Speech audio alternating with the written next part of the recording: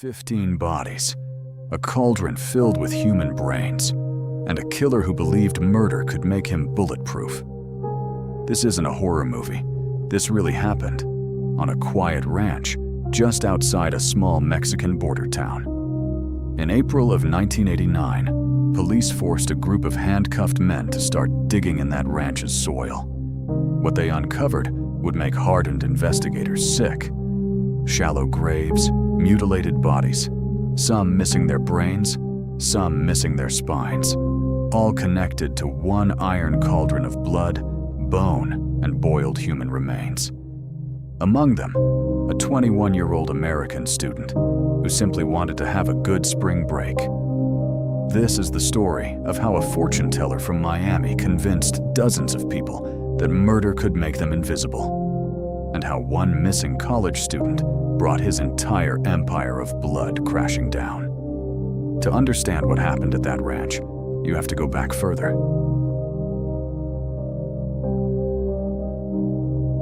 Back to a 15-year-old girl in Cuba, fleeing to Miami as a widow, carrying a baby boy named Adolfo. That boy grew up split between two worlds.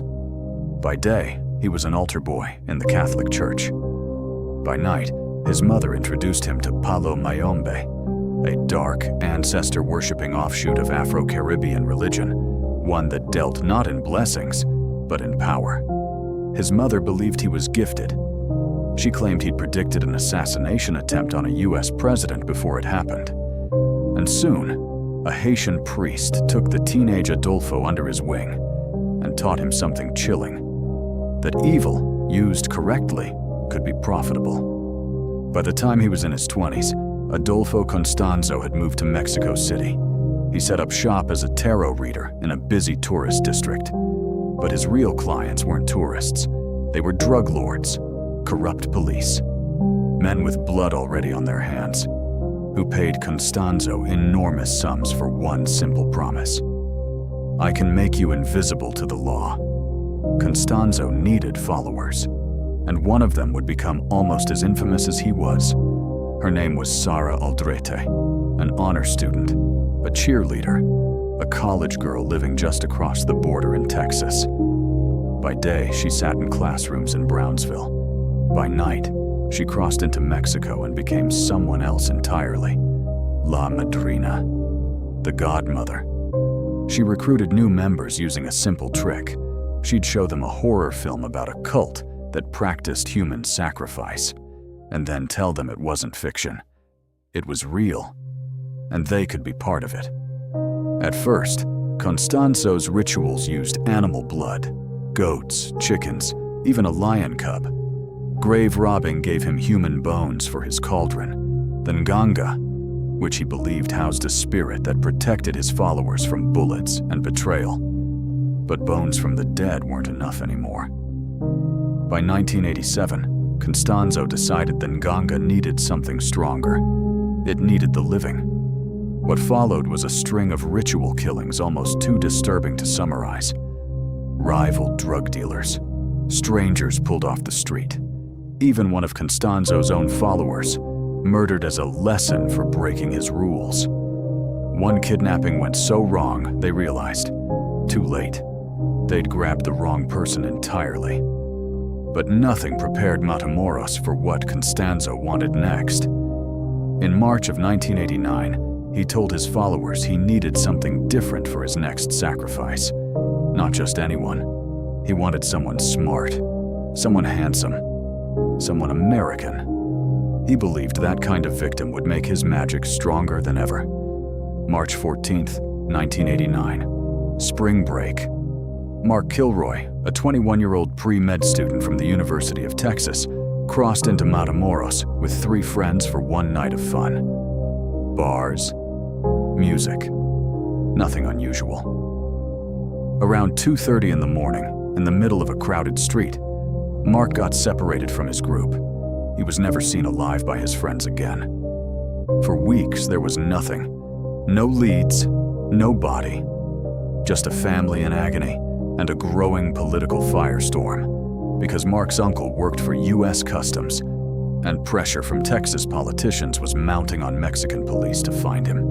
Then, on April 1st, everything changed, by pure accident. A truck blew through a routine drug checkpoint. Instead of chasing it down immediately, officers quietly followed it, all the way to a remote property called Rancho Santa Elena. What they found inside would make hardened investigators sick to their stomachs. A storage cabin, cult paraphernalia, drugs, weapons, and an iron cauldron filled with a human brain, a goat's head, chicken feet, coins, and blood. Under interrogation, the suspects confessed almost too calmly. One had seen Mark Kilroy handcuffed in the back of a truck. He'd tried to escape once and been recaptured at gunpoint. He was held overnight, fed, then taken to that cabin, his face wrapped in duct tape. Constanzo killed him with a single blow from a machete. His brain was removed and boiled in the cauldron. His spine was wired, meant to be turned into a necklace. When police forced the cult members to dig, they didn't just find Mark. They found 15 bodies, buried over 9 months of killing that no one outside the cult had ever known was happening. Constanzo fled to Mexico City with Sara Aldrete and his closest followers, hiding in an apartment in the middle of the city. For weeks, nothing.